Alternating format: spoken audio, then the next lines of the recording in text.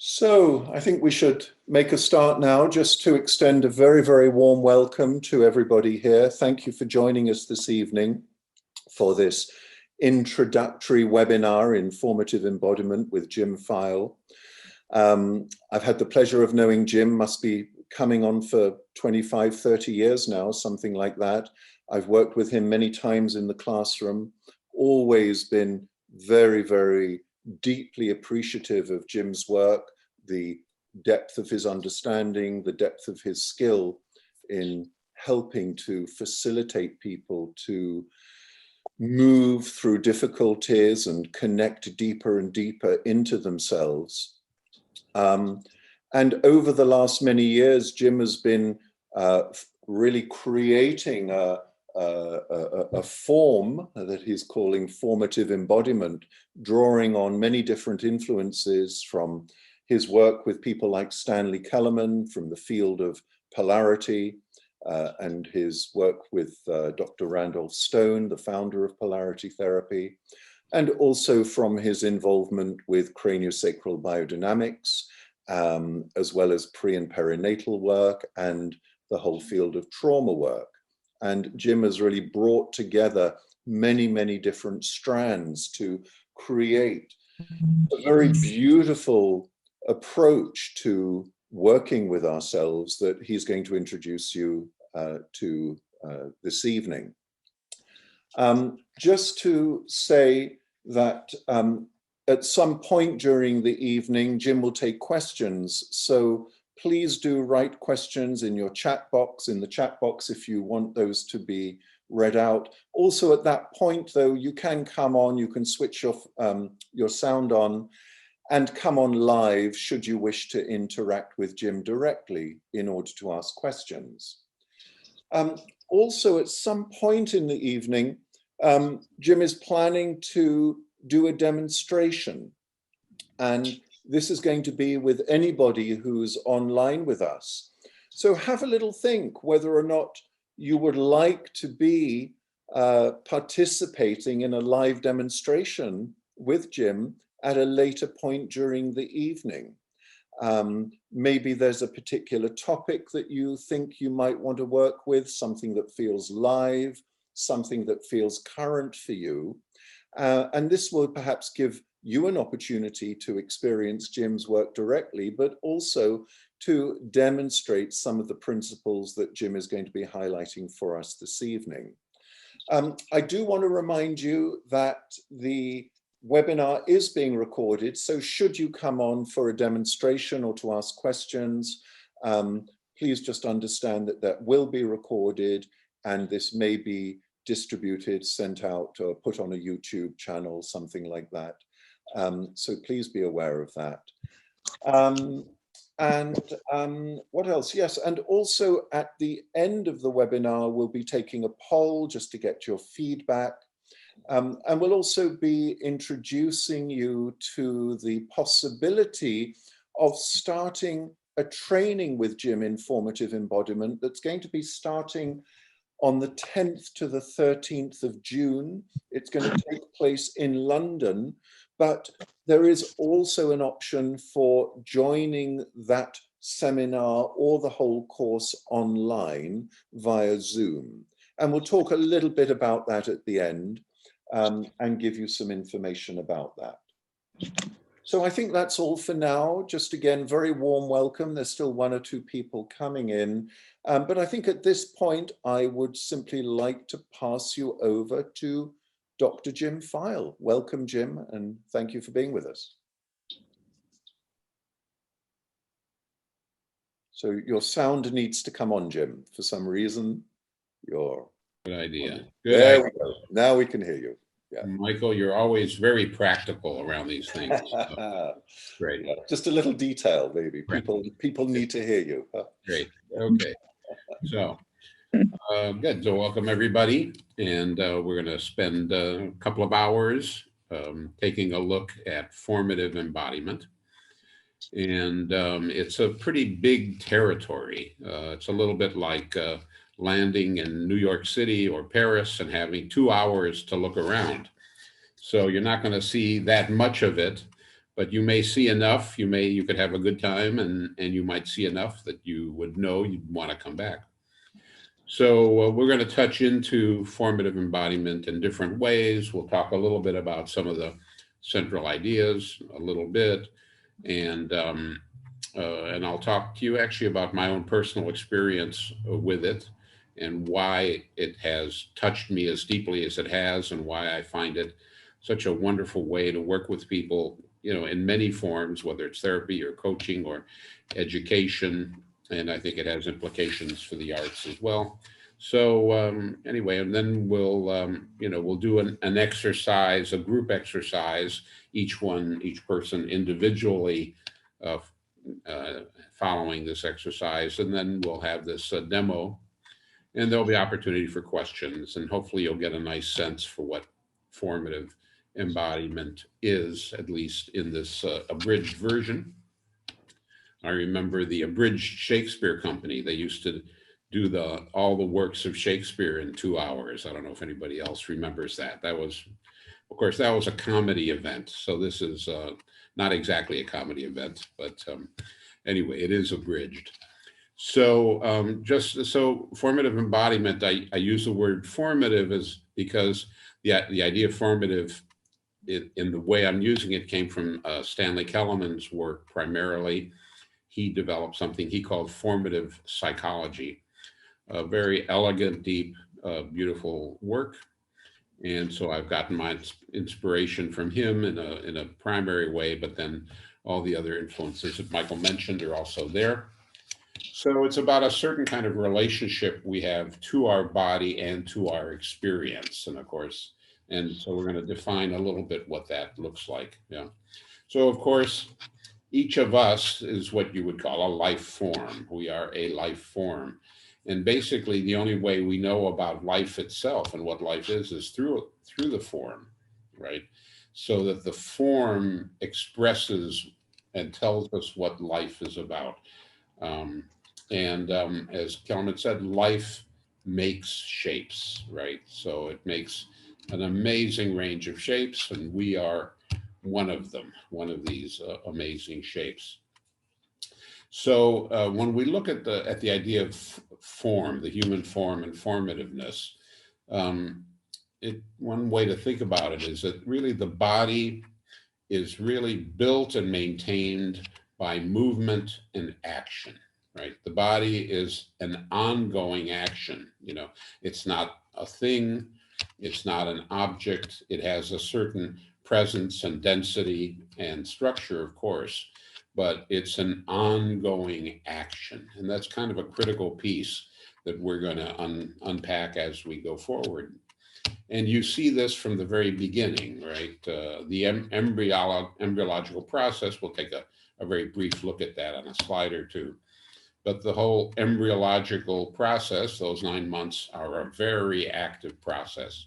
Cells are migrating all over the place, and the body is bending, flexing, and extending and widening, and it is really a hotbed of motion and action with an incredible choreography and incredibly organized. So we see it there, right? And then life in the body is about pulsation. That's another primary movement or action, right? And there are many pulsations in the body which keep it going and keep it growing and keep it alive.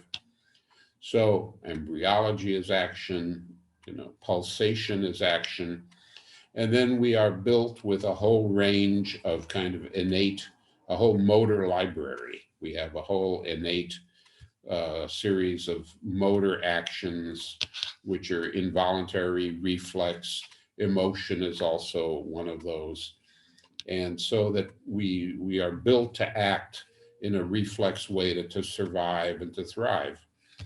And then the fourth dimension of body as action is right from the beginning, baby is learning how to act, how to use its hands, how to hold its head up, how to eat, how to, and action becomes a primary learning as baby and infant prepares for adulthood.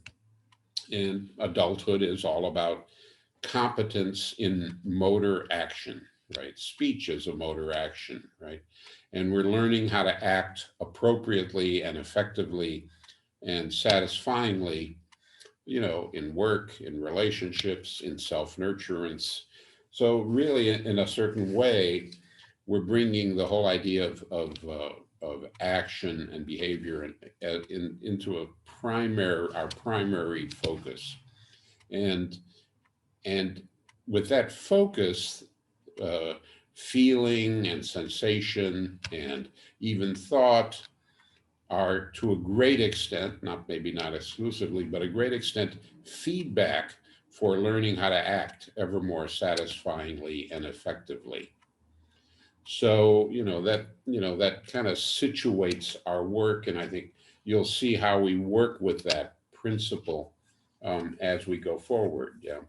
So, learning the form keeps itself going through action, and the embodiment process is about taking our knowing and our ideas and our images and our memories and bringing them into physical form, physical expression. And so this whole process of formative embodiment, we live it at every moment. This ongoingness of the body. So that's kind of my opening statement. So I don't know how dramatic that was, but there it is, right? So we're gonna kind of tease this um, in a variety of different ways. So let me just show you a couple quick slides, and then we'll move further into the process. So just quickly, these are very, here we see embryological process. And obviously there is a massive amount of information here, but the thing I just want to emphasize is how the body, at this in this gestational phase, is just changing its form and growing itself so quickly, right? It goes from being just two cells, and in about 7 weeks we already have really what looks like a human baby, right? And when we look at this commitment to form, what this commitment to form and formativeness looks like, at least in static slides, right? And we look at this more carefully, obviously, when we have more time.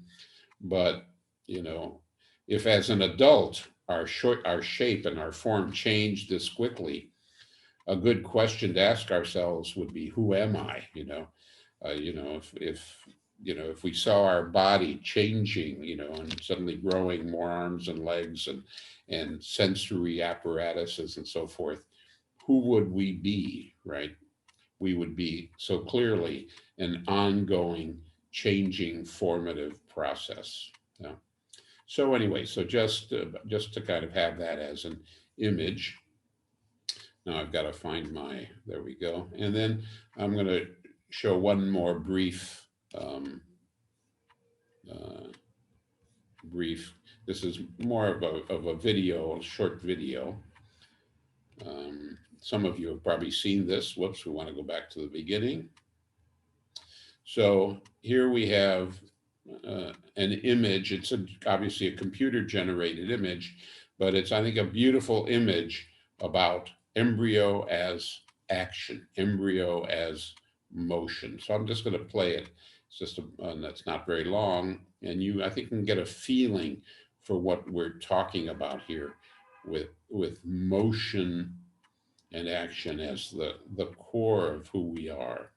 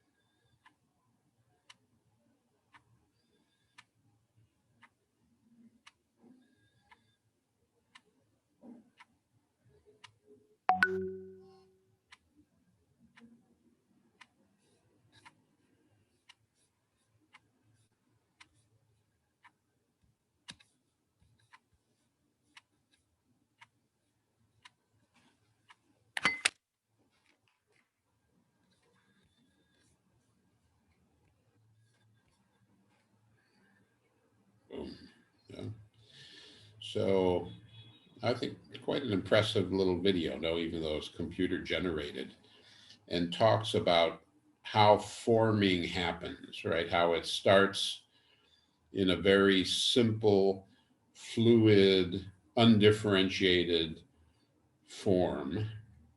And why don't we go through it one more time? It's another minute, I think. And we see how it starts to differentiate itself, and through these different pulsatory motions builds a structure that eventually becomes quite complex. We work with the rhythms in this work, action and rhythm and differentiation. So this is, I thought, a very nice image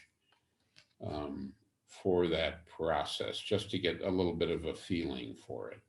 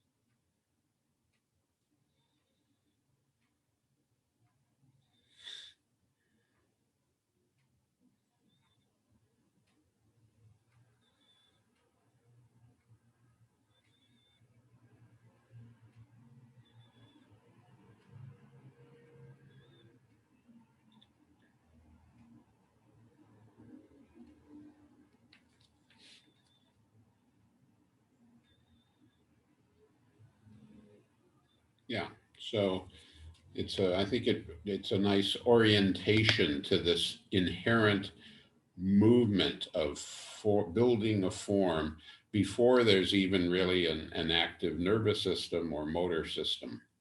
Anyway, this is a beautiful image to tease out if we had more time, but I think just having that image may be as useful as we go forward. Right? So I'm going to stop the share. Good. Okay. So, I'd like to kind of talk a little bit about, just to give you a feeling for this work, because it's hard if I just stay too conceptual for you to get a real sense of it. And, I'd like to kind of talk about two moments in my growth in this work, very early in my career with the formative work, because they were two moments of a kind of epiphany where a door opened and kind of a bit of a new world showed up. And I think, I think all of us, I think undoubtedly, are looking for the type of work that somehow touches us deeply, that moves us, and that opens up possibilities that maybe we hadn't even thought of before. So I'm going to give you a couple of, one is a very short little vignette, and the second one is a case that's a little bit longer, but I think it summarizes the power of the formative work, so it's worth the time.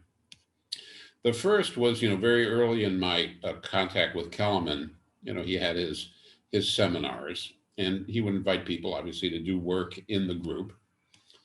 And so for me to, I was interested in what the work was like. So I raised my hand one day and I said, I'd like to do some work. And he said, fine. So I stood up and I said, okay, well, let me tell you what I've been feeling here these days. And he stopped me and he says, I'm not interested in what you're feeling. I want to know what you're doing. And he said that, and I kind of went, huh? What do you mean? I mean, what do you mean you're not interested in what I'm feeling? That seems to be the fundamental thing for most work. I'm not interested in what you're feeling. I want to know what you're doing. And I'm going, well, I'm not doing anything yet. I'm standing here talking to you. What do you mean what I'm doing? So it turned out it was like a Zen koan, and of course he threw that at me as, not that he's a teacher from the East, but it was a very powerful moment. It kind of, something exploded in my head. And what is he talking about? And of course, it was a koan. It wasn't that he wasn't interested in what I was feeling, but it was a way to reshift something in me and ask a question, show me a territory that I had no idea about. What do you mean? What am I doing? And so a lot of the work over time has been to understand what he was talking about there. And that this doing, this fundamental doing, is so critical to begin to appreciate and touch into. And so as we go forward tonight, at least, we'll be kind of unwrapping a little bit this koan, but it was such a wake-up call. If you put yourself in my shoes, I'm not interested in what you're feeling. What else is there? This is my internal gold, right? My feeling. So that was kind of the first opening I had. Okay, I got to figure out what the heck this is about, And then I've wondered if I should talk about this case. So, I mean, it's a case that happened a long time ago, but it was such a powerful moment for me in appreciating what this work is about. And so I'm going to, I think it's a case that has many different layers to it. It's a difficult case in certain ways, for even a difficult case to hear. And, but I think for me, I'm going to just tell it, and I hope you're all adults enough to be able to assimilate it. So many years ago, when I was starting the work with Kellerman, I was teaching a class in body work and polarity body work, and we were doing some deep work, working deeply, in the class. And we were working in trios, and so people were out there practicing and working, and all of a sudden I hear a voice saying, "Jim, come over quick." And so something happened at one of the tables, and I came over, and two people were working on this woman, and she was, by the time I got there, she was lying on the table, and she was like this. She was absolutely stiff. Her whole body was frozen stiff, and her face, eyes were wide open, and her lips were like this. And she was frozen there. And I'd never seen anything quite like that, And so I'm going, whoa, what is this? And I said, how you doing? What's happening for you? And there was literally no response. She was not blinking. She was not speaking. She was just absolutely like this. And so I'm okay, whoa. So after talking to her and trying to get some response that way, nothing. I went up and listened to her head, listened at the head, and there didn't seem to be any motion in the body, no pulse. I kind of worked her shoulders a little bit. I kind of took her arms and moved them, went down to her feet. I kind of did all kinds of things for several minutes, and she was like a board. There was no response, nothing changed.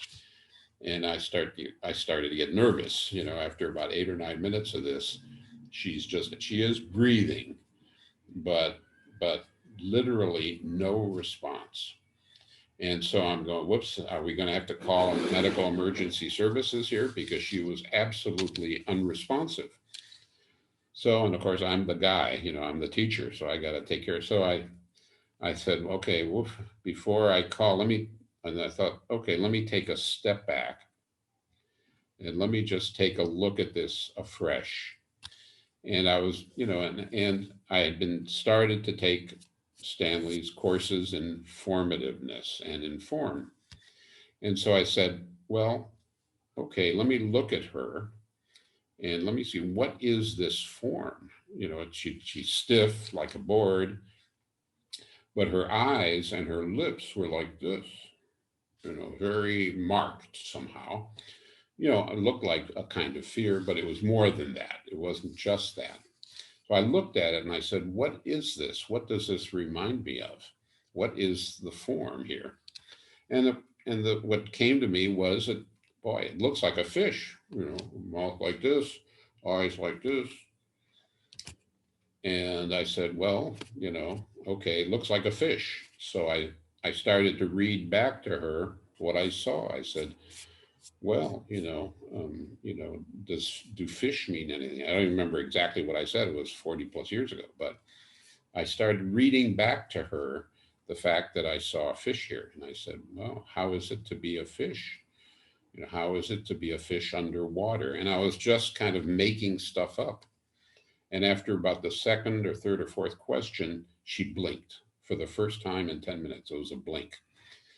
Whoa, I thought, well, okay, a movement. And so I continued with this line of kind of comments, reading her form, talking about being a fish, being underwater. And she blinked again, and all of a sudden she started to blink quicker. And all of a sudden she exploded into a profound kind of, kind of crying, really kind of just overwhelmed by grief. And but it was an explosion.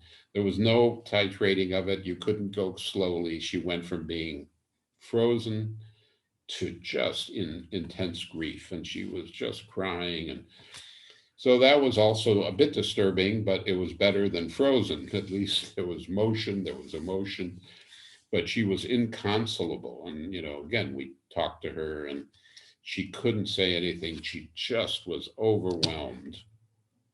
This went on for a while, and then finally she said, I want to go home. I have to go home. And so anyway, we organized, we called her home, and her housemates were there, and we organized somebody to take her home.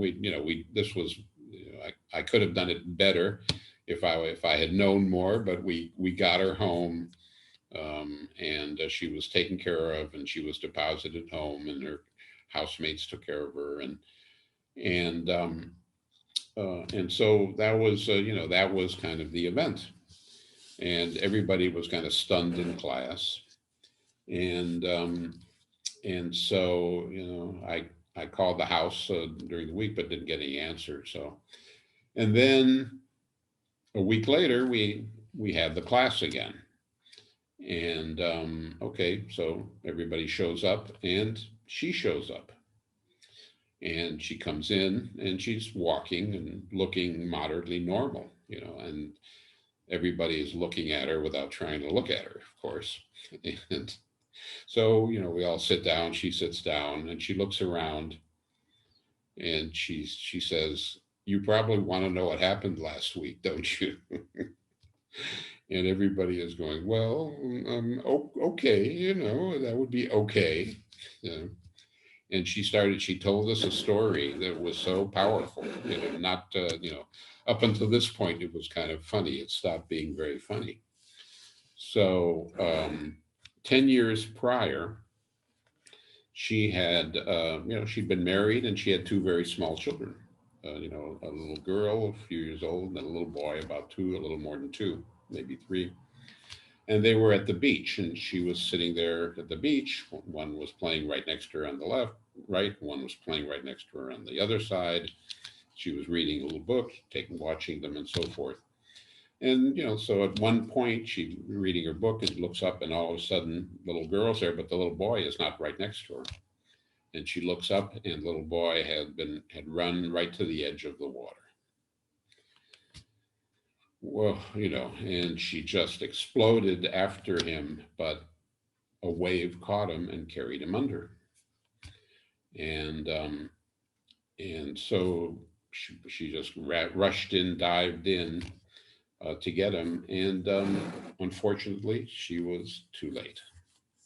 And so she was diving under the water, and she saw him, and he was just floating under the water. And I thought, I don't think anybody you can hardly imagine what it must have been like for her, and so she obviously grabbed him and pulled him out and gave him CPR and everything, but it was too late. Talk about, a brutal, traumatic moment in her life. And so from that moment on, her life just fell apart. Yeah, she fell apart. Her marriage fell apart. She just became very inconsolate, and she, her life just kind of fragmented. She couldn't keep studying. She couldn't work. Of course, she did a lot of counseling, a lot of therapy, a lot of grief, and she, of course, the guilt she felt. I mean, pretty horrendous. And so this was, had been 10 years ago, and she was still, somehow trying to put a life together. And in spite of everything, she was just dragging this massive weight, which anyone could understand. And and so it turns out that at that moment, because of who knows why, she had no idea that, here she is, she sees her child underwater. And this must have been some type of profound psychological reorganization. How can she couldn't give up on her child. She didn't want to abandon him, but the only way to stay with him in that circumstance was to become a fish. It's the only way you survive under the water. And some mechanism in her had organized, had formed a layer of being a fish so that she could stay with her child, and stay connected to him. And she actually had no idea that had happened. She understood the grief and the guilt, and and somehow that evening, 10 years later, this form, just for whatever reason, time, the work that was being done, the fish layer showed up. Yeah. And even though she had obviously grieved and so on and so forth and worked so much on herself, there was a powerful emotion still held, and it exploded outward, and it was a, very powerful moment, obviously, for her. And and and what was interesting, of course, was that something changed at that moment. She somehow, what she had been, the huge burden she'd been carrying. I mean, you never forget anything like that, but her life actually started to change from that moment. And I still had contact with her as a student and so forth over the next year. And all of a sudden, her life started to come back together. She started to be able to study with some focus. She was able to work. She was actually able to start having more of a social life. And so her life from that point on somehow began to come together. And so for me, that was just such a powerful moment. Yeah. For so many reasons, but I was so profoundly appreciative that I had this frame of looking at the form. Yeah. And to see what is the intention of this shape. She was sitting in a certain way. What is, every shape that we take has a function, has a purpose, has an intention, maybe very hard to name, as this one was. But by having this formative idea, this formative frame, and then I saw it and I read it back to her, right? I sent it back to her, and so that it could connect to language, it could connect to understanding, it could connect to a social contact. And reading the form back to her was enough for the whole uh, organization to kind of disorganize and free up. So that, I have to admit, that was one of the most powerful moments I had. And I said, wow, I'm going to stay with this work. Learning what forms and formative forms hold is so powerful. And, and what was also, I mean, amazing about that, this was, obviously a lot of trauma work is about exploring feeling, exploring sensation, looking for resources. It's an active work where you have, even though someone who is very defended and very protected and stuck in fight or flight or freeze or whatever, but you have something you can take hold of. But none of those interventions, she was absolutely catatonic, absolutely sort of spastic. And so to have this kind of formative idea and to be able to read it back to her, yeah. And even with, you know, in a way I was kind of trying to name the function and the feeling of the form as I saw it, you know, and it worked. Yeah. And so, you know, this is, I think, what the work brings to us. Yeah. Kellerman himself was a master at just looking and being able to read the form. You know, many people have many of the great therapists have a certain capacity, but he framed it in a certain way that is profound and elegant. And of course, you can use it in situations that aren't that dramatic and that profoundly traumatic. But you start to appreciate everything has a form, right? Even as I talk here, I'm not consciously trying to do these gestures, but something is forming through my hands and my expression, which adds to what we are talking about and doing here. The body is continually forming itself on many levels, on automatic levels and on voluntary levels. So, um, so anyway, this formative idea, this is kind of I thought a nice case to share. And I have many examples of how appreciating the form that is organizing in a certain session, along with all of the other types of conversation interaction we have, is really a very special skill and focus. So, okay, anyway, so that's why I do this work, because I just saw such a great possibility in it.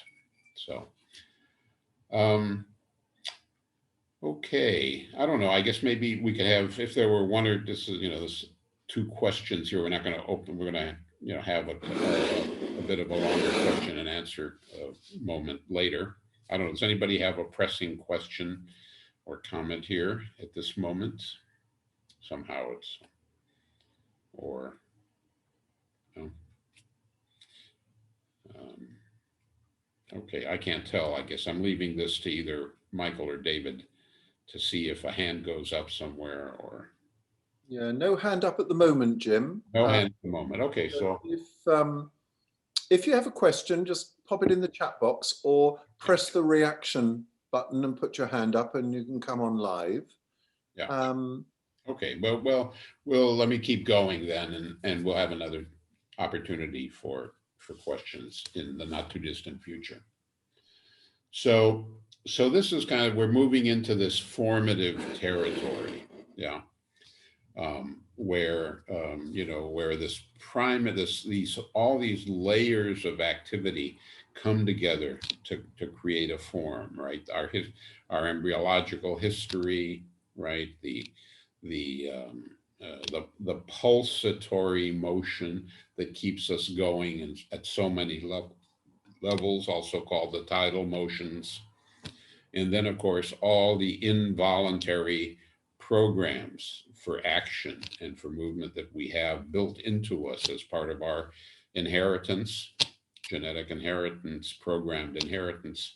And then the fact that we can voluntarily move, that we actually have a whole layer of forming which we can influence, which we can voluntarily use. You know, when somebody learns how to play a guitar, of course, they have the inherent ability to flex and extend and squeeze. They have a whole series of inherent action capabilities with the hand. But then, of course, on top of that, there's a huge amount of voluntary learning and coordinating that goes on. And so the art of the guitar, of any instrument, or of so many things is built upon this innate library, action library that we have, that's a given for the body. And we add a whole voluntary kind of learning. And so we have we shape ourselves and our capacities and our forms in such a way that it builds culture, it builds personal capacity and satisfaction. So, okay, let's do a short exercise ourselves with this. So I'm going to ask you to, let me just make sure I'm going to ask you to do something. So simple, I think, but here's what I'm going to ask you to do. I'm going to ask you to make a fist and to hold it. Okay. So everybody making their fist and holding it, right? And, and hold it while we're in this exercise. Okay. So, so I'm going to ask you some questions about this fist that you've made, right? So you made a fist. And, I guess one of my questions is, how intensely have you made a fist, right? Because I just said make a fist. Have you made an intense fist? Have you made a soft fist? I mean, how powerfully have you made this fist, right? And, and I guess how long could you hold it, right? I mean, if you've made it very intensely, I wonder if you could hold it for very long, right? And of course, a fist is a special form, right? It's a form on one level. It's a form which is visible outwardly. Everybody can see that you've made a fist. And of course, so it says something outwardly, but of course, it's also an efforting. To make a fist is a work. It's an efforting. And so you're getting signals back into yourself. You're getting feedback about this fist. It's sending you all kinds of proprioceptive, motor, and other signals, right? About what it means, right? And then we could even ask, what kind of fist is this, right? What's the intent of the fist that you've made? Is it a fist of power? Is it a fist of challenge? Is it a fist of victory, right? How many types of fist are there? And what type of fist did you organize? As you sense your fist and feel your fist, yeah, interesting that you should organize this kind of fist with this kind of intensity, because that was your choice. I didn't tell you what kind of fist to organize. Yeah. So, and so what's interesting is sometimes the way we organize a fist, when somebody asks us to do something, as I did, is, maybe this is how you organize many things in your life. For those of you who made a powerful fist, how much effort do you do and use in other responses in your day to day, right? If you have a very soft fist, how much does that resonate with the way you respond to things in your world? Anyway, it's an interesting question that we could explore. So hopefully you're still holding your fist, you're being faithful to the exercise. And now what we're going to do is we're going to kind of take this fist and just intensify it, but just a tiny bit, right? You're going to take it, feel it, and now intensify it just one small step. And notice what happens, right? Notice what you get back from that fist, right? You may even feel it changes your relationship to the outside and changes your sense of what this fist is about. Yeah. And maybe now you could barely hold it for another few seconds. Who knows, right? Right. But you can see that just intensifying the fist a tiny bit already changes both the inward and outward signaling of the fist. And if we were to intensify it even one more small step, your face might, turn red, your ears might melt off, who knows, right? So, and then what we can do is we can take a step back, a tiny step back. Oof, and notice what happens, right? there's not that something particular is supposed to happen. Just notice what happens for you, right? You may notice not only a change of signal in the hand, but it's possible you may notice a change in your breath. You may notice a change in other areas of your body, that as the hand softens another step, what accompanies it, right? Maybe you didn't even realize how much of the rest of you had recruited to make this fist, right? And then as you soften, what happens, right? And as this may be even just this little exercise, a lesson that you could take into your daily life, where you could actually say, how do I respond to requests or demands, or from the outside or from myself? Do I go at it intensely, recruiting not just the hands but the whole body? And so this becomes a very interesting exercise where we could start to reflect on our own habits and our own patterns, and how much effort we use to do things, or how we don't use enough effort and it stays a little bit unformed and not very effective. Yeah. And so just working with this fist, right? And we start to realize, wow, this fist, of course, is part of a whole continuum of possibilities, right? So, when does the hand become a fist? Is this a fist? Or does it have to do this to become a fist, right? What is a fist? And then, of course, what happens when we open it up, right? So this is all kind of a very simple little exercise in formativeness, right? Organizing a form, the effort that goes into it, because it's a neurological process as much as a motor process, and it's a complicated neurological process, and it's a metabolic process that takes energy, and the rest of the body is recruited. So this is formativeness, just in something as simple as this. And of course, we get signaling, and so maybe you're the kind of person you don't understand why somebody else happens to have responded to you in a certain way. Maybe you've organized a form to interact that really is sending out some signals you're not even aware of, because you so habitually do it that way. And maybe you yourself are losing some of your elasticity or flexibility because of how you tend to do things. Yeah.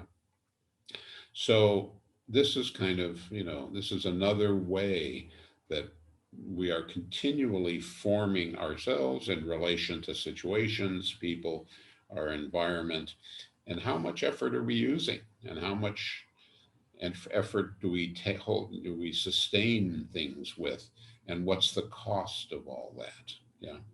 So formativeness includes this whole feedback process, right? But in order to get feedback, you have to kind of recognize something. A lot of people go, this is my fist. Okay, I've made a fist. Okay, what does Jim want now? I'm holding my fist. Oh, okay, poof, that was a lot of work, so I'm going to let go of my fist, right? There isn't a conversation about forming. There isn't a feedback that gives me the ability to really regulate my own fist, regulate my forming, right?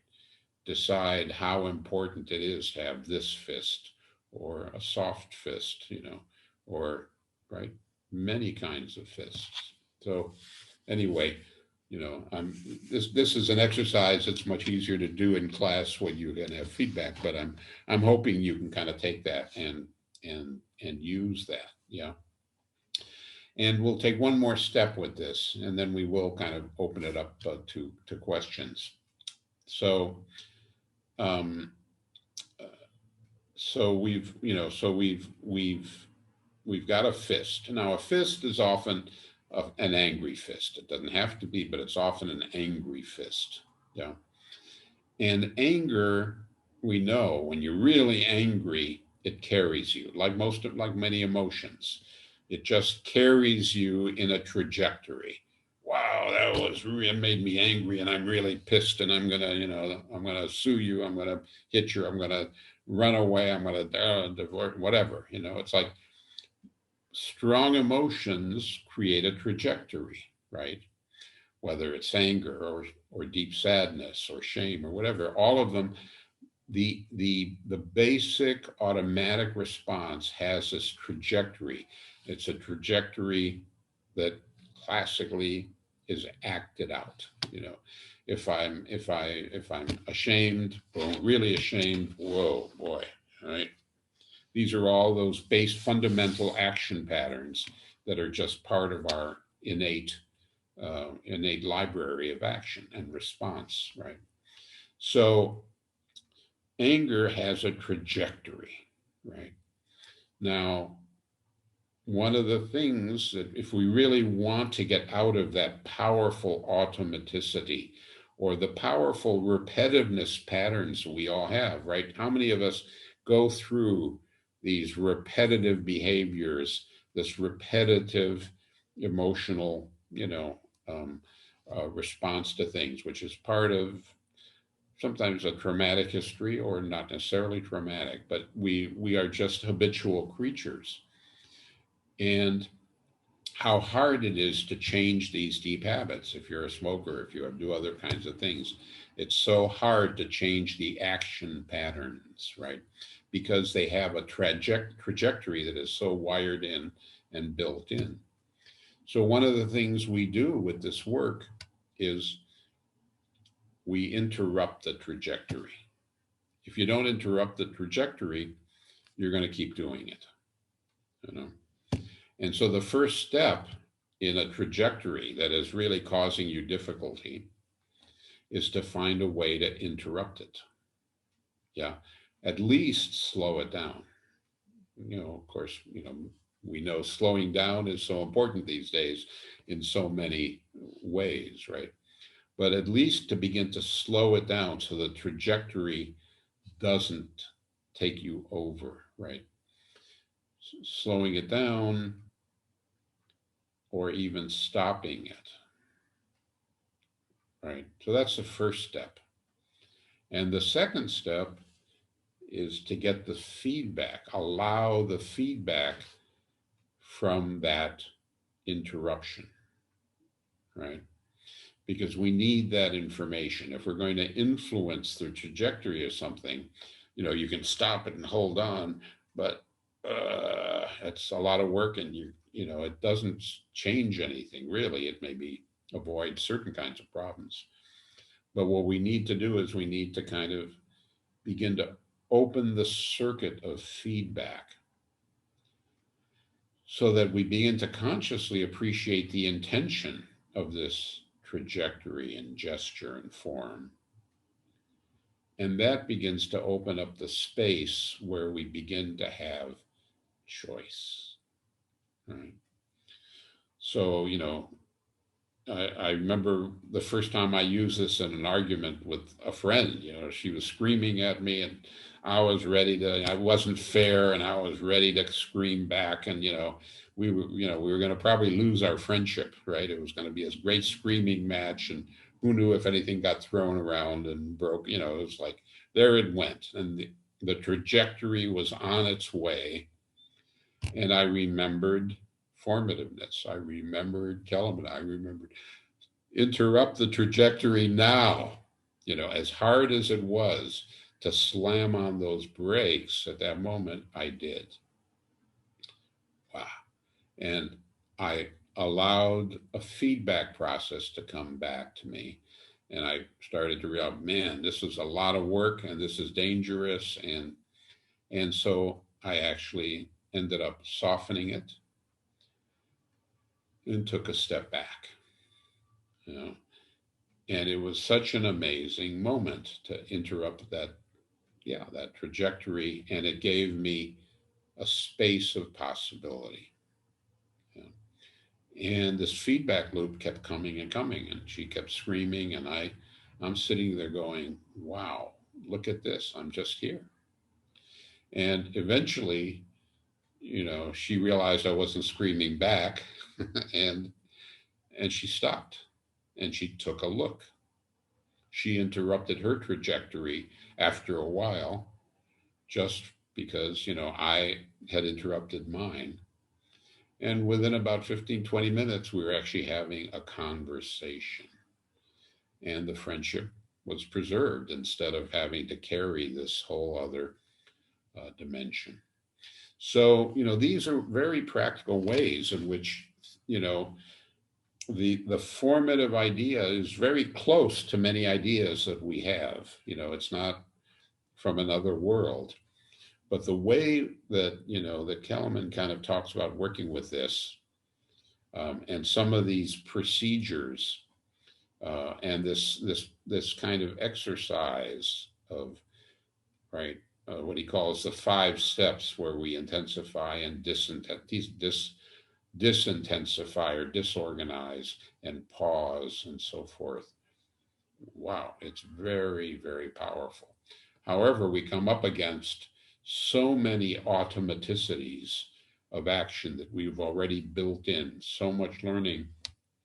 We often need some help with it, but it's a whole kind of vision of how we function that is so powerful. And, he says the way he sees things, most people think first there's feeling and there's thought and there's sensation, and then you act. So for most people, the intuitive, the basic model is sensory, and then there's motor.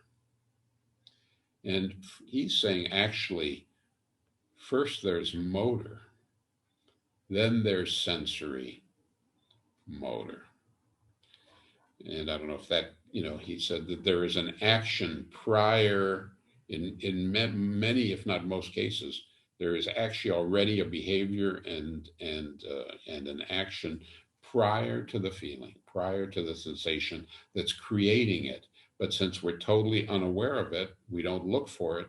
What we have is the feeling and the sensation and the thought. And that seems to be the initiator of action.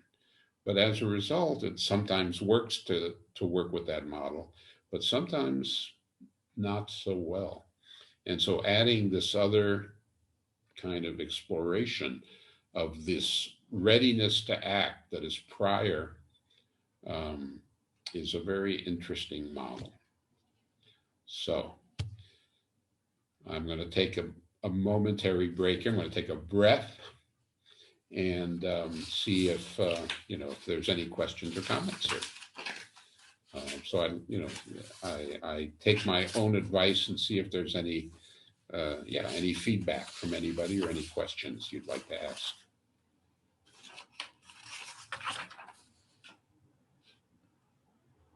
So, no, nobody has any. Do switch your sound on if you'd like to ask a question, or just put the question in the chat box. Yeah, I mean, it's fun if you want to ask it directly, but you can also write it in the chat box, and either Michael or David will read it. It's Angela here, if I'm able to ask a question. Okay. I'd love you just to, when I did the fist, it was amazing, as you say, the tightness, the softness, whatever it is, and how it responds to the body. And then I missed out what you said, because I was obviously concentrating too hard.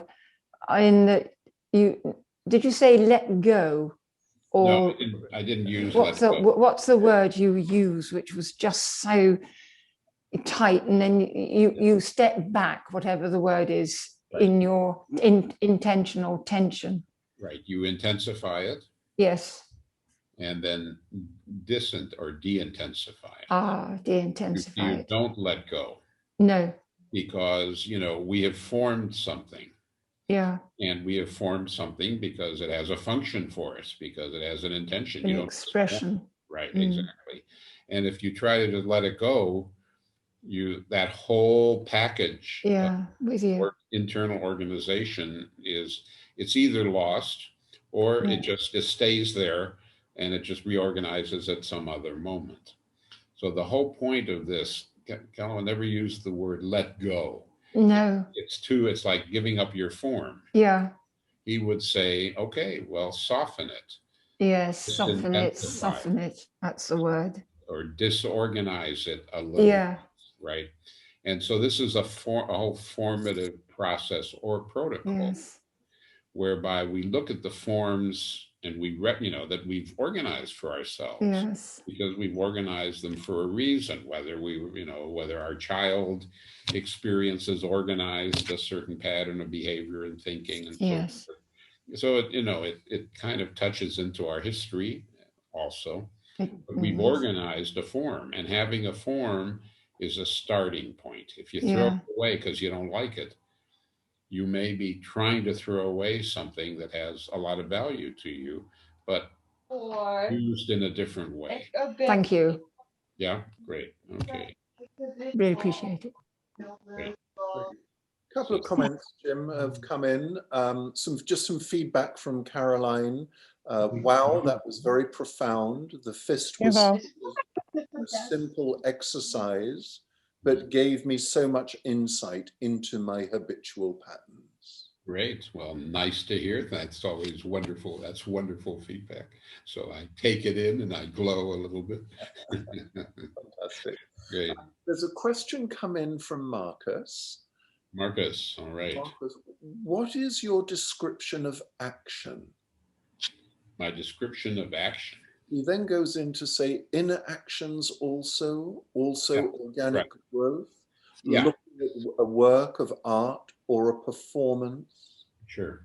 Yeah, I mean, there's a whole kind of a body of interesting theory around action, obviously, which obviously, neuroscience has its whole kind of anatomical physiological description of what action is, and all the nervous system, brainstem, and you can go into the whole anatomy and neuroscience of action, which is part of that conversation. But Kellerman built a lot of his ideas on the work of a woman named Nina Bull, who is becoming ever better known. He met her in New York, and she wrote something called the Attitude Theory of Emotion. And she did a really interesting job of kind of taking action and reverse engineering it. And it's kind of a theory we can't kind of necessarily unpack it here, but like you say, there is a whole internal disposition, which is like a certain readiness to act, which is not quite organized yet, but there's a readiness to act, and it's held in the system, in the nervous system, and actually also held in the motor system, but in very fine and subtle ways. So yeah, I mean, the whole exploration of what action is there is what you're saying, a certain inner activity, inner action, which is preparatory. And the way she describes it, it's at different moments of this kind of stepwise action process, things like conscious emotion, feeling, and all these things start to interact with the process in different ways. It's a very interesting and somewhat counterintuitive, but she was actually quite known at her time, and more and more people are kind of going to her work and appreciating how she thinks about action. But a lot of it is, there is a very subtle preparatory organization in each of us. Even as we're sitting here listening, hopefully you're listening, there's an organization in there. That is an action, right? Sitting and listening is a certain action. Otherwise you'd be liquid on the floor, right? So we're all kind of acting, And we each are listening in maybe a slightly different way, right? And responding in a slightly different way. So there's a whole internal disposition, which is neurological, motor, and metabolic, which prepares us for how we respond. I don't know, Marcus, if that, yeah, great, yeah. Good. Anybody else have any feedback, questions? It's a big topic, I know, but it's okay. Marcus just added to that, Jim. Okay. So would inner bodily gestures describe that too? Right. So, we work a lot, of course, with visible gesture. Gesture becomes an endpoint of a whole communication process. Yeah. And so when we, you'll see it maybe when I do the demo, which we'll shift into pretty soon. We really we're paying attention to the story. When somebody comes to a practice or whatever the engagement is, they're going to normally tell you a story. They're going to talk about something normally. If you're a therapist, a coach, even if you're, a teacher, whatever, they're going to tell you their story. And most of us listen for the content of the story. What's the story about? The content, the events, the sequences. What are the emotions there? And what are you feeling about the story? And, and maybe there's certain, elements of body reading that people talk about, and I think we take that kind of expressive postural hand gesture, and we see a whole layer of information and stories that you actually may not get from any of the other dimensions.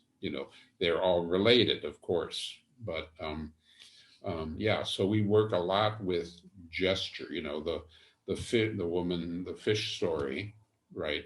Now, who knows? I mean, I'm sure there were ways in which that deep layer was actually being expressed in her day-to-day life, not so dramatically and not so clearly formed as at that moment, but certainly some pattern, some deep organized action in her that affected her life so much would be somehow visible.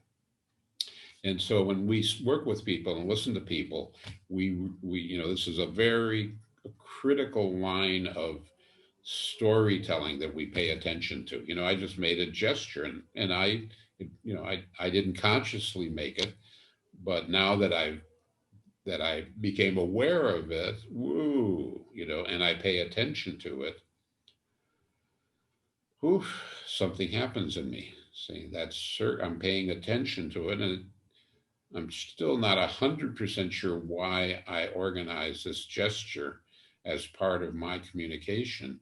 But when I do it slowly and I pay attention to it, I get a whole, quality of feedback and inner sensation that is, my breath, paying attention to this layer of my own communication is very powerful, even when I'm not working on anything, And when it's part of your story, it is so rich, and hopefully we'll see it a little bit in action with a demo. So, okay, so, we're going to do a demo. I think what I would like to suggest, if it's possible with this many people, is take a 5-minute bathroom break or tea break. Yeah. 5 minutes starting in 10 seconds. Yeah. And so we'll come back in 5 minutes. And at that point, we're going to ask for a volunteer, somebody who is willing to kind of, explore a topic that has some importance. And as Michael said, is alive for you right now. It doesn't have to be something from, doesn't have to be, it can be as revealing or not as you like, but that's alive. And let's explore it a little bit and see if you get another feeling for a formative interaction looks like. So we take 5 from right now, and then we'll come back, and hopefully somebody will be willing to volunteer. Okay. Okay. What form everybody gives 5, right? Some people, 5 looks more like 7 or 8, but you know, right. Great. Okay, people are coming back. That's great.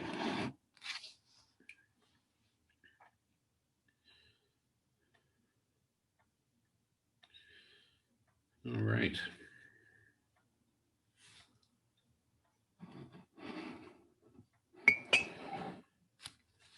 Okay.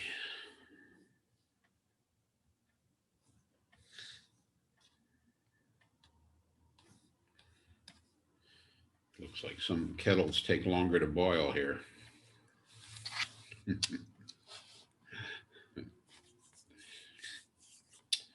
Okay, shall we move on? Shall we come on, Michael? Yes, yes, Jim. Yeah, make a start whenever you're ready. So, is there anybody who would be willing to, you know, volunteer? A brave person willing to kind of just see what the moment brings. It looks like Shayla is, huh? Great. Okay. I guess we'll go with Shayla. So we're going to set it up, try to set it up so that both of us are visible on the screen at the same time. Yeah. So who does that? Is that what you do, Michael? For Shayla and me? Or me and Shayla, whichever way. It's done. It's done. Okay, and what do I need to go to speaker view? Is that, oh yes, there it is. Great. Okay, good. So everybody sit back, relax, and enjoy the show, right? So, all right. So Shayla, Hello. just as to say, you know, this obviously is, we're going to have a real interaction built around formative ideas. But it may not be, you know, a full session, and we don't have that kind of time. But we will try to have a nice, complete session given the conditions we're in. Okay. Okay. Great. Okay. Well, appreciate your volunteering. And so, what would you like to explore here? Well, when you first said that earlier on, near the beginning, actually, I was reminded of this phrase from when I did your series before, where you said part of forming is often ending. And that's just something that's very up for me at the moment in my life. I feel I'm at a point, at a place of, it's as if, for me, ending is difficult. And how do you know when something is over, when it's ended? I think that's the question and as I say that, there's energy rising in me. So okay, that's what it is. Yeah. Yeah. Okay. So I'm going to, because it's a demo, I'm going to working with you, but just name some things for the group. Yeah. Of course. So, you've been working on endings, right? So the gestural story has been, remembering what I said last time. That was one gesture. Then this gesture kind of, right, is part of it. Yeah, exactly. It is. And then, yes, so you can feel that already. Right there. Okay. So in a way, it looks like that's kind of that has quite some energy to it, doesn't it? Mm. Right. So here we're talking about endings. You said endings are difficult, right, for you? Right. That's right.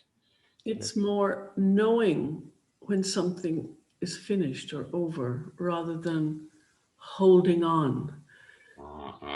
It's Okay. like this holding on place I have inside me that makes it hard for me to say, well, this phase is over. I need to do something new or different. And then there's all these other parts that go, ah, but no, or maybe, or what if, Right. and you know. Okay. Right. Okay. Yeah. So keep your hands there. Yeah. Sure. Right. Okay. So what we've just seen, you know, here you're holding kind of the idea of an ending, but then you also have the habit of really holding right there, right? So knowing when it's over, right? And so you have two kind of orientations, exactly. You have this where you're, you know, it's an ending, you're holding it, you know, it's a, you know, it's an ending, but, and then you've got that, exactly. Yeah, you feel the difference between those two. That's right. See, so you're actually starting. That's right. What happens when you do this? My breathing changes. Right. And when I go back to this, my solar plexus tightens. So slow. Just hold that for a bit. And now we're going to work with this a little bit, but very slowly. So that's right. This is, yeah, you see, feel your face. That solar plexus tightens. Wow, this is the place where you hold on to something, even when you know it's ending. And my jaw and my eyes. Exactly. So this is all the effort you're making to hold on. Yeah. And how does that feel to you? Uncomfortable. Yeah, it's uncomfortable. Yes, exactly. Okay. And yet it's very familiar. Yes, it's very familiar. It's how you managed maybe often your endings, right? So, right, exactly. So important to recognize this pattern of holding on. So now, exactly. There's sadness arising. Exactly. So there's a layer of sadness, not just to holding on, but maybe to ending, right? And the holding on maybe limits that sadness. Yeah, exactly. That's it. And what do you notice here? Well, there's quite a bit of hot energy. My hands are very hot, and the back of my neck. Like there's hot energy moving up and down the back of my neck. And then my face feels a bit frozen in some way. Right. Okay. Not sure what's happening. Right. So So just aware of it not having expression or something. Right. Yeah. So with all this holding, right. So now let's take a very small step, starting with your hands, and just let that pattern soften a little bit. Right. That's it. Right there.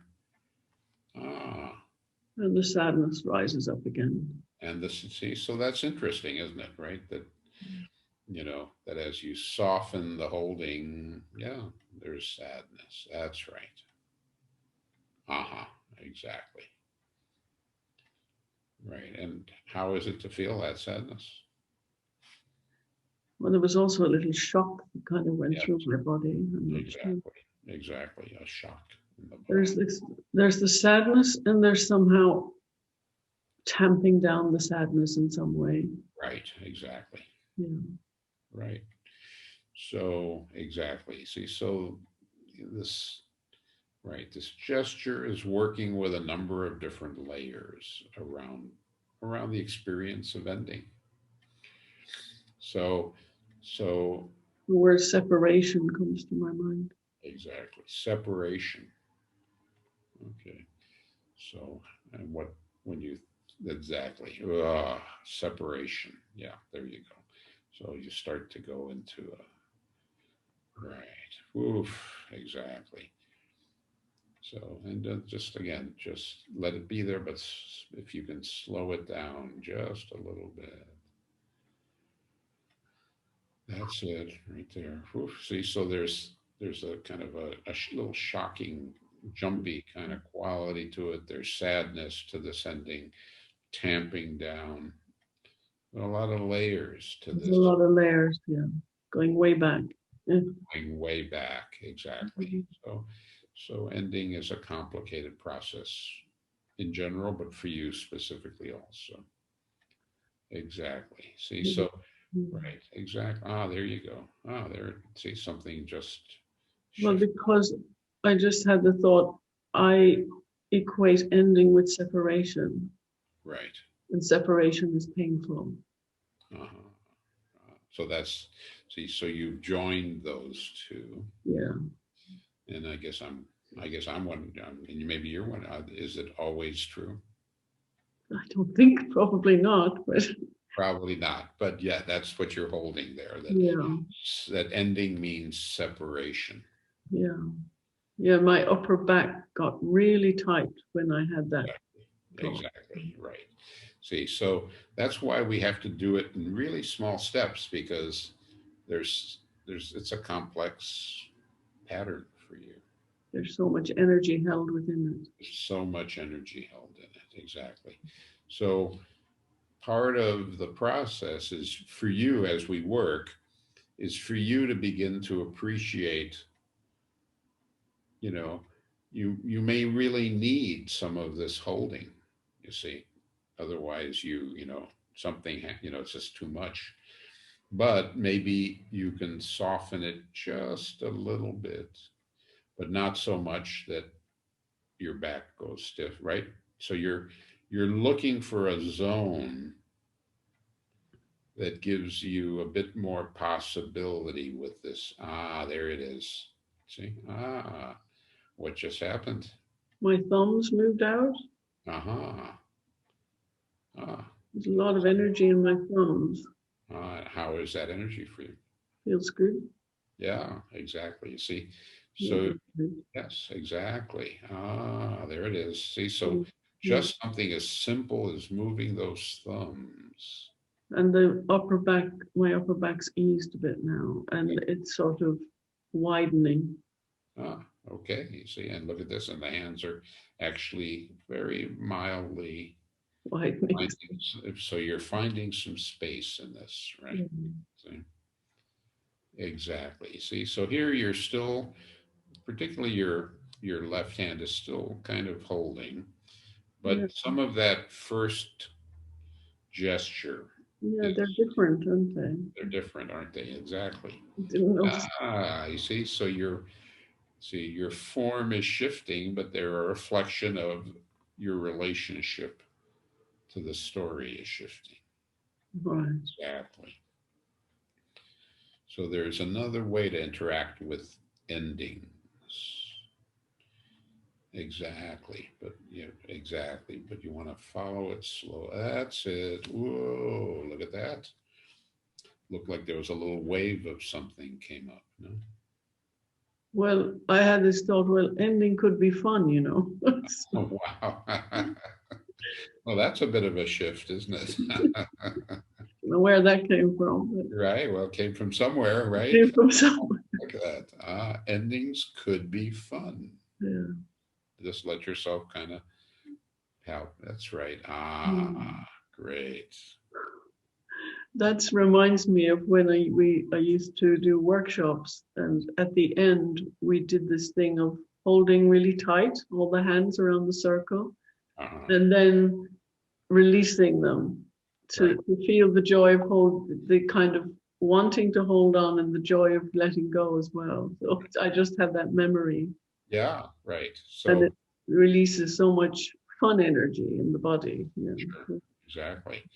But here, what we're doing is we're kind of, instead of just working with two very different poles, Yeah. we're exploring what can be formed between those, right?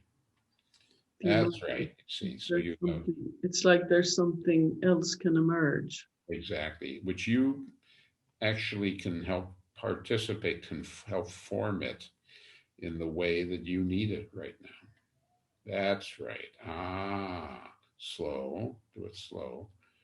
See, look at that. See, so, you know, just as you discover possibilities as you reflect on things sometimes, here you're discovering possibilities through the form. All Exactly. your hands want to turn Slow.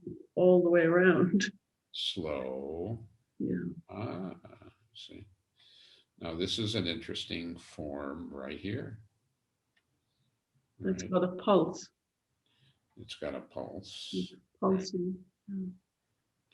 And, in terms of my response to you, I'm not saying what it is, but when I see your, it's like it says, I'm open here. You can see me. Oh. At least some, this form seems to suggest, here I am.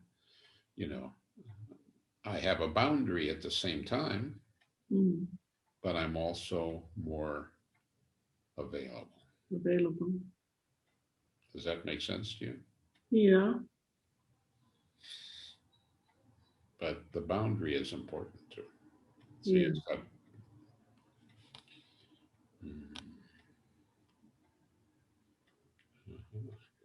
what's happening here as you stay with this? There's a kind of a pulling back. Okay, good. So there's a pulling back. Right. Something to do with my upper back again, and that's getting more easeful as I pull back a little. Right. Exactly. So that's right. Right. So interesting, you see, so it's a very, it's an interesting, nuanced form you're building here, where, part of you becomes visible, but it becomes visible in part because you're also both able to hold a boundary and you're able to step back and take some distance. That's it. It's about taking perspective or something. Yeah. Yeah. Right. So I can see my options. Exactly. You can see your options. Right. When I'm in that other place where the claw-like hands are there, then I can't see any options. I'm just kind of in a fog of indecision and what ifs. Just holding on. Right. Yeah. Exactly. And here you can see some options.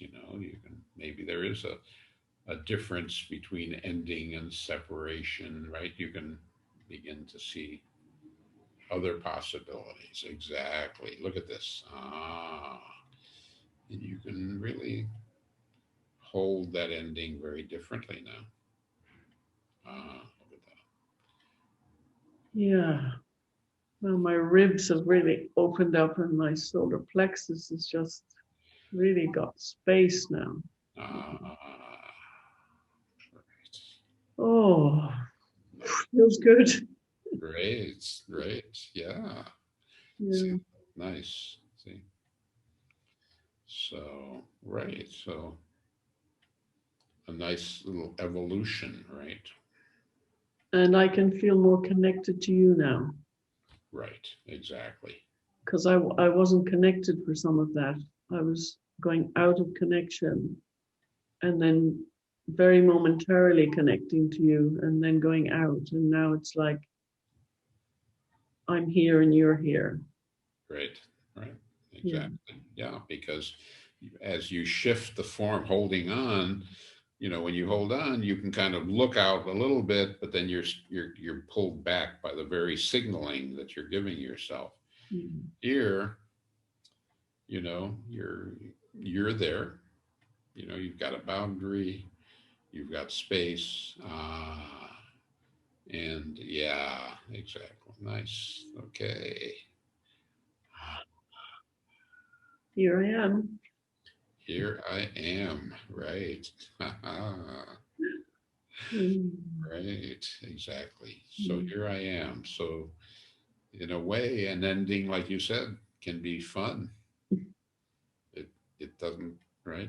It doesn't necessarily mean separation in the way that maybe it meant that before. It can be good because if you're hanging on to something old that doesn't serve you anymore, then that's not very good. Right, exactly. Yeah, So sure. So something needs to end for something new to begin. exactly, you know, but you see what happened, it's not just an idea. It's like you've I've got it in my body. Yeah. and there's a difference between having an idea, knowing something, oh yeah, an ending is good, and actually embodying it, finding a form, exactly, that here you can give something away as part of the ending process, as opposed to, right? So you really built a whole other possibility for ending something. And I can really feel my legs and my feet now. Right, exactly. Right. And I want to bring my hands in and put them on my heart. That's my impulse. Okay, so slow, but the important thing is that you do it so that you stay connected with it. You know, your own pace, but that's right. And you know, you may want to pause here. That's right. See, that's not a small gesture. So you're bringing something back.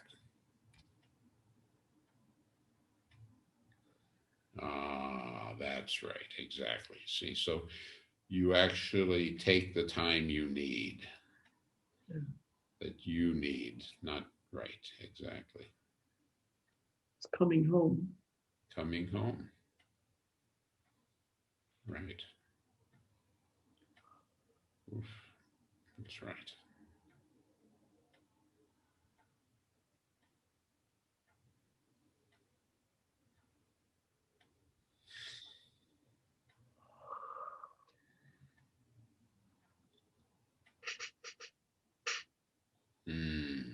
That's it. Great. Great. Just really, that's right. Taking those pauses when you need them. Right. Woof. See that? When you take the right pause, the Really pulse, powerful. Yeah. the pulse builds. Right.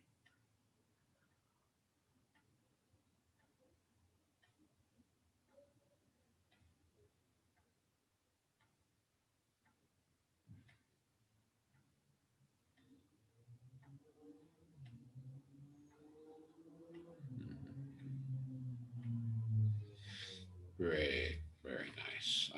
You feel yourself just landing there. Connecting.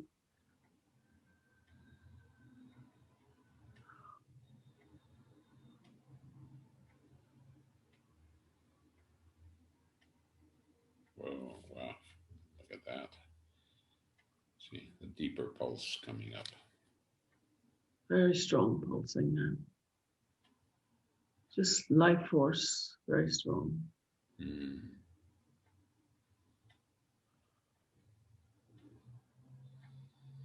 Great, that's nice.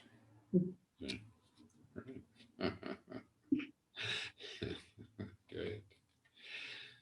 Very nice. Yeah, very nice. A very soft landing. A soft landing. That's how we like it, right?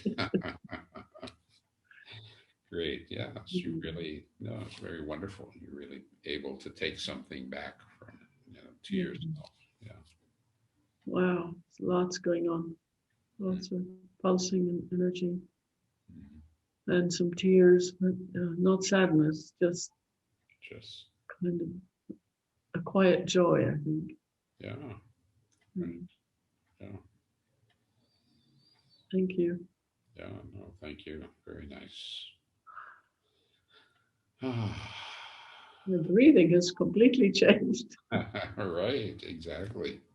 Yeah. You see, I mean, you really reformed something for the whole body, right? That's kind of, you know, you embodied another possibility. Yeah. I really feel my lungs moving. It's beautiful. Right. Right. Thank you. Great. Thank you, Shayla. So we're going to shift to kind of the larger group. Thank you very much. It was wonderful. Thanks for volunteering and everything. Great. Okay. Yeah. So that was, you know, a very, you know, nice kind of demonstration. Every session is, of course, different depending on what's forming, right? But reforming a way of ending something is such an important process, right? To be able to transform an habitual way of holding and all the issues, and being able to find that, and and to see the forms and that really anchor them is very nice. So okay, so yeah, and just stay with yourself on this. We'll talk with the group, but you stay with whatever you need here. So good. Okay, so we have a few minutes just to kind of maybe if there's some feedback on this or questions, a little bit. But I think you've kind of gotten a feeling for the different dimensions, right? The story is there, but there's such a large information in the gestures, in the form, and we bring them together, and create a circuit, a nervous system, motor, metabolic, energetic circuit, right? And that eventually it may find that deeper pulse, right? And that deeper pulse, as we know, those deeper tides are very integrating and enlivening. Yeah. Wow, look at this. Ooh, very nice expansion. Right. So, okay, and we have a couple minutes here for any questions or comments. And, yeah, I mean, the resonance is very nice. That's also just a nice way to be with it. Just to say a few comments coming in just to express appreciation both to Jim and to Shayla. So thank you from a number of people. There is a question here from Ian. How does the protocol work in the case of someone caught in a codependent relationship or spiraling debt, i.e. psychosocial malaise? Well, I mean, I guess, I mean, it sounds, but everything has a form, whatever it is, right? It's a form. That form, of course, will have all of its accompanying qualities of arousal and, and movement and dilemmas and crises, basically our life experience, organizes itself in different ways, but everything has a form. So, in a way, where we start with the story, like you say, there may be a codependence or a spiraling, psychosocial process or economic process. You have to look at what is that person forming, trying to form, how are they trying to manage it, right? And that's the start. Maybe some people will move into panic. Well, panic is a loss of form, but it's still a form of sorts, but it's a loss of form. And so, even the little principles we named here, there's panic is a trajectory of something that goes so fast that you can't find any way to get hold of it often, So that's why, but we want to look at what is formed, how that person is managing it, right? And what are the arousal factors? What are the attempts to contain it and to manage it? And we look to slow it down, find what we can get a handle on, try to slow it down, interrupt the trajectory, get a feedback circuit going. And that starts to give us a new information about the situation, because when people are in crisis moments or, dilemmas, challenges, that's when they tend to go automatic, right? We go into our fight, flight, freeze. We go into all of these automatic or habitual or learned ways to respond that may not be very effective. So we need to get, a handle on what's formed, recognize it, and begin to use the protocol for engaging that space where what we call the formative zone, where a new form, a new possibility can start to organize. So, it's not about what the topic is, it's about what forms we see, the person is organizing. Everything is formative. It may be, something, it may be disorganizing so fast that somebody is losing form, and so they become very fragmented, or it can be a little bit of what we saw with Shayla, where people get very compressed, they get overformed, overbound, and frozen. So you have a whole range. When we talk about formativeness and form, of course, there's a huge range from unformed to overformed, and then the whole continuum of possibilities in between. And so what we do is we work with the polarity of the situation of what, as we saw a little bit with Shayla, she had the holding on form, and she had a more open form, and that became kind of the two poles of a dialogue, which we can then start to work from, and then that grows into something else. So I don't know, Ian, it's a big question. It's a good question, but everything has a form, and we're learning, and that's what we're learning to do, is to begin to appreciate what's forming and the protocols that the body uses to form and unform.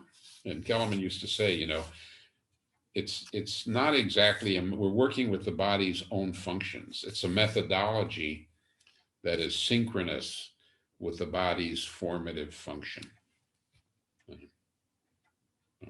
Yeah. Great.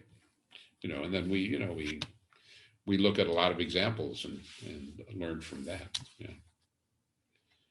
So good. Anybody else have anything? We're kind of, coming close to the end of our time here, but if there's another question or two, we can manage that. And then we have a little poll. Anybody, any final questions, thoughts? No? Anyway.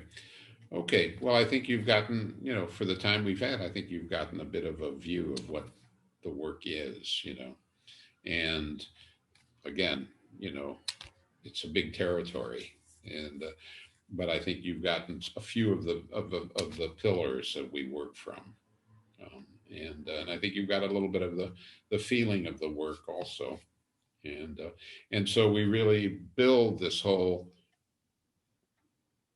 kind of orientation to form and formativeness, which really, like anything, we need to build that focus. When people start to listen to stories, the tendency is still to listen to the content and the emotion of it and the feeling of it, which is fine, but they lose all of the information that the action gives us. Okay, so I guess, Michael, did you, or David, did you want to invite people to, I don't know, to do the poll or to do something, some final? Sure. Well, first of all, Jim, just a huge, huge thanks to you. It's so lovely to witness just your perception and the way you pick up on the subtleties and the nuances. It's really a delight just to see how you help and support people through these kinds of processes. So just to really express deep thanks for your explanation for the principles, but not only the principles, but also the putting those principles into practice. So thank you so much. I want to also just express thanks to David for co-organizing at First Expression, and to all of you for coming to join us this evening. We're going to put a poll up in a minute, but I just want to draw your attention to the fact that starting on June the 10th to the 13th, Jim is going to be teaching a series of 3 4-day seminars.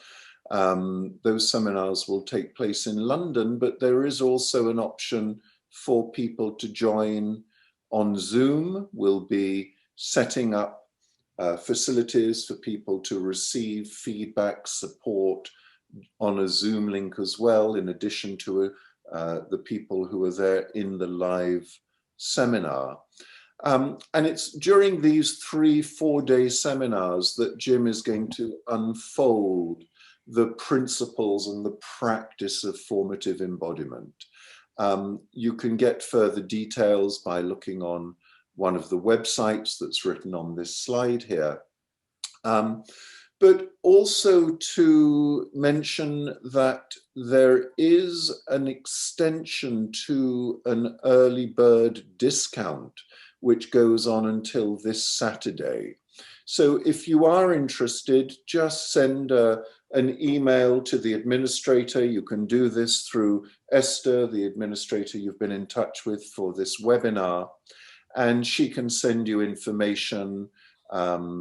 There is also a possibility to join just for the June seminar before making a full commitment to the whole series of 3. But the whole series of 3 does offer really a pretty kind of full unfoldment of the principles that Jim has developed and is working with. The course is open to all therapists, but not only that, also to anybody who is in the medical, the healing profession, and also people who are into somatic practices. Yoga teachers, dancers, actors are also welcome to come and join. Anyone who's really interested in movement and form and somatic work, somatic practices. So I think that's all for now. Again, just a big thank you to all of you who have joined us. And if you can stay behind just for a couple of minutes, we've created a poll. I think David is going to launch the poll now. And if you can just run through those questions, it's really nice that we can get some feedback from you. So if you can take a few minutes just to run through those questions, that's really appreciated. And thank you very much. Thank you again to Jim. Have a very good evening. And if evening it is where you are, and just be in touch if you have any queries at all. Thank you. Okay, thanks everybody. Great.